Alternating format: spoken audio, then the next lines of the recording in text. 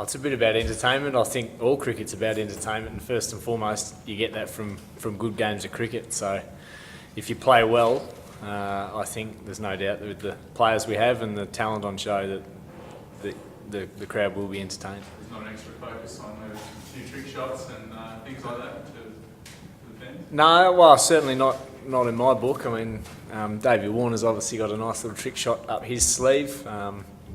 Tilakratne Dilshan's got a nice little trick shot up his sleeve, but I don't think so. I mean, the skills at this level are good enough and expressive enough that just striking the ball as well as players do, or executing a ball as well as bowlers do, that's trick shot enough, I think.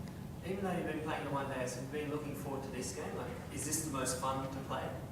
No, they're all different and they're all great fun. Absolutely, I think the prospect of a really big crowd is exciting. Really happy with the group we've got together, so that's exciting too. So it's certainly going to be a lot of fun, but I wouldn't like to label any one game or any one format of the game any more fun than any of the others. Particularly if you're winning, I think you're going to have a lot of fun. You made your debut here a year ago for Australia. What's that year been like? Do people recognise you in the street now? No, I must have one of those pretty forgettable faces, I guess. I tend to sneak under the radar, but it's obviously been a really busy year, a very enjoyable year, a lot of challenges, learnt a lot about myself, and hopefully a lot more challenges ahead. But yeah, I think first and foremost it has been really enjoyable, on a personal level. A lot of years. Well, since I was 18 or 19 of being a cricketer, and a lot of hard work. So to get the opportunity to play some cricket for Australia in the last 12 months has been excellent. So, George, how difficult is it to change gears from coming off the 50-over game last Wednesday when you try to hold the innings together and you've got made 17 off 43 and you've got to come out here and do exactly the opposite a few days later? Small adjustments. I don't think it's too much in terms of probably a little bit in your mindset in terms of when you take a risk, but I think that's 2020 in general. It's the same game, but just with accelerated decision making, and upping the ante a little earlier. But I don't think there'll be too much as far as new shots or anything like that. I certainly don't have that up my sleeve, and I think that goes for most of the players and the guys that haven't been playing the one-day series. It's the perfect preparation. I mean, they've just come out of the Big Bash. Dan? What do you think about where the team is at and what the objectives are at this point in the cycle, given that you've just had a World 2020 and it's a little while before the next one?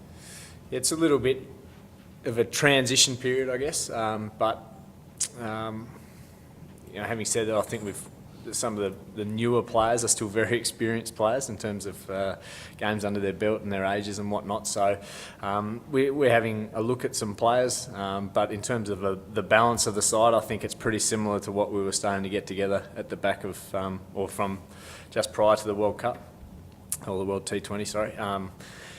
Not a bad result there, in terms of where we got to in those conditions. I certainly think we still are underachieving in T20 cricket, more so than in any of the other formats. There's no reason why, with the players we have, the depth we have, that we shouldn't have a side that are consistently in the top couple of teams in the world. So that's something that still irks me a little bit, and something we're working towards. Chris? You want to follow up? I was just going to say regarding one player in particular who comes in, Aaron Finch. He's been really very good at batting really assertively in the domestic limited overs games and the Big Bash. Maybe a little bit tentative in those one days and played the other week. Do you just want him to, I suppose, just play as natural as he can? Yeah, absolutely, and that's probably that was probably a real challenge for Finchy, for he was really in 2020 mode, and to probably pull it back, or to know whether he was supposed to pull it back for one-day cricket. But the way Finchy bats and the way he's taken the game on, that's exactly how we want him to play here. Having said that, I think he has batted really smartly. It's been pretty calculated the way he's gone about it. And I think that'll be a real key message for all the players, and particularly those coming out of the Big Bash. Is it's a side that's in really good form. All the guys have been picked on merit, have really deserved to be here, and really we want them to do exactly what they have been doing, in the past or in the Big Bash, and just to keep that trend going. Not to have to bat or bowl like anyone else, but just be themselves. Can I just ask, with the shot David Warner played here last year when he changed hands and went whack, In terms of the shots that you've seen, how do you rate that? Yeah, it's right up there. Yeah, it's still very vivid in my memory. More so because I'm not sure I can hit a ball that far right-handed, so it's pretty impressive. He's obviously got great skill with it. There's no doubt it must be in the back of the bowler's minds at time bowling to him. So and once again, he's someone that we want to give that freedom to, and also, I mean, it's. For those that have ever played, it's a very, very hard shot to play, but to play it as well as he does, and I think he, talking to him about it and the situations where he talks about using it, I think it's a pretty calculated shot and a very intelligent shot. So, yeah, I'd love to see another one. George, just with the one-day team that's just been announced, is this the end of the era in terms of the Hussies being Australian teams? And secondly, how much are you missing Michael Hussey and with others forms this time? Well, I'm not sure if it's the end of an era. I mean, Dave's still record domestically is still very, very good. I would think he'd be in pretty strong calculations for that Indian tour, and I wouldn't ever write him off from any of the other teams, despite him not being in this team, I guess. Absolutely missing Mike Hussey, yeah, and will do for a long time.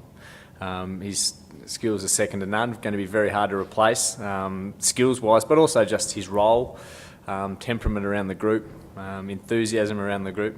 They're big gaps to fill and hard to sort of put a number on too. Hard to measure a lot of the things that Mike Hussey and Ricky brought to the side. So big shoes to fill, big opportunities for players, and hopefully we see guys grow into that and step into those shoes. George, firstly, side of the open with Dave Warner? No, not yet. No, I don't. Sorry, I don't have a great deal of team information for you. We haven't sat down and had a team meeting. I haven't even had a look at the wicket yet. But yeah, I mean, I imagine Davey Finchy and Sean Marsh will be the three, the order that we worked at around. I'm not sure yet. And sort of what are you hoping for Sean Marsh? It's a big opportunity for him based on sort of where he's come from, I suppose, since he last played for Australia. Yeah, it is. Yeah, what I'm hoping for Sean is he stays on the park for a little while, and much like Finchy, he plays exactly the same way that he has been for the Scorchers, the same way that he bats when he's home in India, and that's to me a lot of freedom. He's another one I think who is very calculated in the way he bats. He's a beautiful striker of the ball, but very intelligent in the way he sets up his innings, whether chasing or setting a target. So I think a big part of that for Sean and probably for his own mind is just getting some consistent game time and staying on the park. Everyone I talk to and chatting, he's obviously been in great form, and I think mentally he's in a good place. So it's laid out for him to have a really good series. Angela Matthews said that the X factor for them would probably be jump to Mendes. So if you had a look at trying to work out how to pick his mystery deliveries.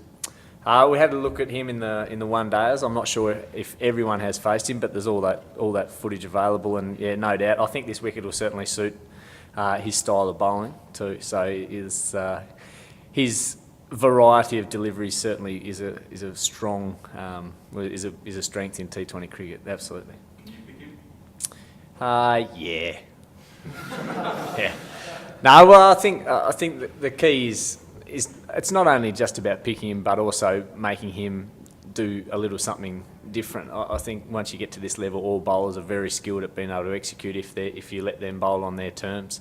I think the couple of one-day games that he played, I thought we actually played him really well, forced him to change the way he bowled a little bit, played him off the back foot very well. A couple of guys came down the wicket a little bit to him, so it just made him change a little bit rather than just dictating him and letting him bowl his different balls whenever he feels like. George, the selectors sort of made it clear that Glenn Maxwell for the Indian Tour is an all-rounder, but he hasn't really had a chance to bowl all summer in Big Bash or the ODIs he's played in. So, is there any reasons for that, and will you look to give him a bit of a bowl tomorrow night? Or? Yeah, not sure. I mean, he bowled a couple of overs the other night in Hobart and at a pretty crucial time, got through them nicely. I think he's every chance to bowl here if the situation's right, and I guess that's one of the great things about having someone like Maxi in the side is you do have that option up your sleeve. I guess for his development, consistency-wise, he'd like to be bowling a lot of the time. But whether he's getting that in game time or whether that at the moment is just through developing his consistency, any opportunity he gets in the nets, grade cricket, shield cricket, whatever it might be, I think that's really important for him. Dan? George, speaking of spin bowlers, obviously, Xavier did his India caused no harm the other night. How do you think he's going, and how do you think he's improved since last time he played Test cricket? Well, I think he's going very well. It was nice to see him bowl well the other night. It was a bit of a weird series for X because it was a long series for not much bowling really. Yeah, so it was a bit. I know he was pretty nervous before that game to actually get some overs under his belt. So it was nice to see him bowl well. I've got no doubt that he would like to have another crack at Test cricket. I don't think he was particularly happy with how he bowled. In that situation, I don't think the circumstances were great for him either. So he'd be looking to.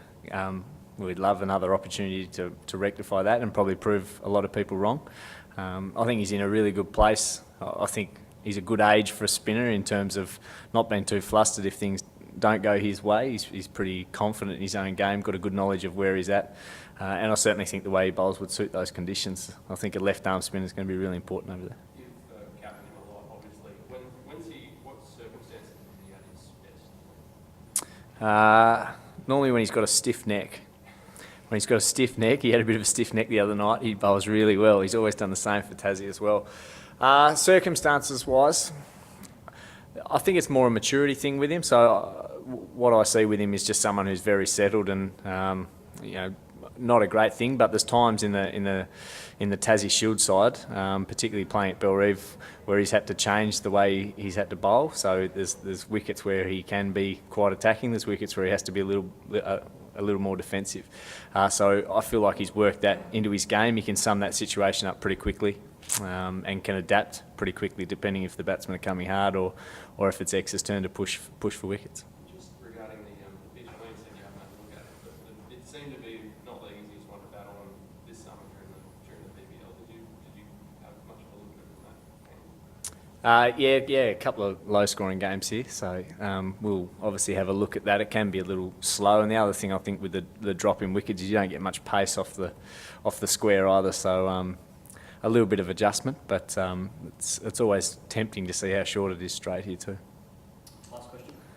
George, in one day series, particularly again at the MCG, it looked like there were more Sri Lankan fans there than Aussie fans watching on telly. Surely tomorrow, it'd be almost un-Australian to not turn up, wouldn't it? Well, I couldn't think of anything better on Australia Day. A little barbecue in the afternoon, then pop along to a game of cricket. So I think the scene's set. I think it's going to be a great game. There's no doubt. I think Sri Lanka, a really good, one of the world's best T20 sides. I think the side that we've picked a very good side too. So in terms of spectacle, I think it'll be a really, really good one. I'd love to see a huge crowd out there, and even last year playing here, the Indian crowd were very vocal as well. And there is a great Sri Lankan supporter base in Australia. There's no doubt about that. But I'm sure Australians will do the right thing and get along. There'll be plenty of flags out there waving, and hopefully we can do the right thing and play really well.